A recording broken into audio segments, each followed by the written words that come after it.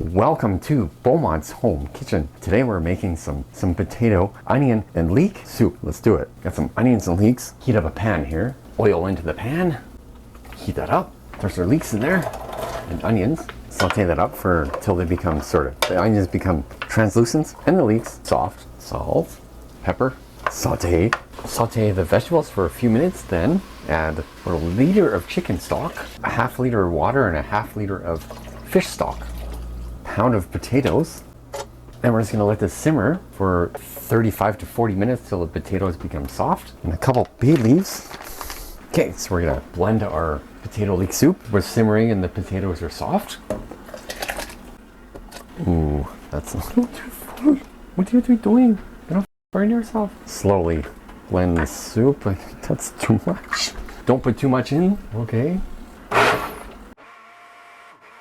Gonna put it in a bowl so I can get it back in the pot.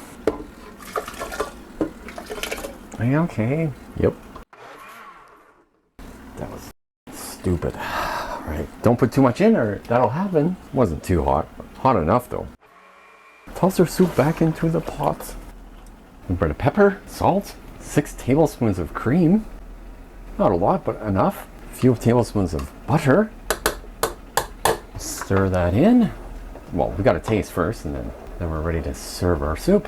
Now, you can parade. If you don't want to parade, you can just leave it all the vegetables chunky in there, and that'll be a nice soup. Show you how we'll serve the soup. So, parsley, bacon, potato and bacon goes well together. There you have it. Potato, onion, and leek soup. My dinner. Bye.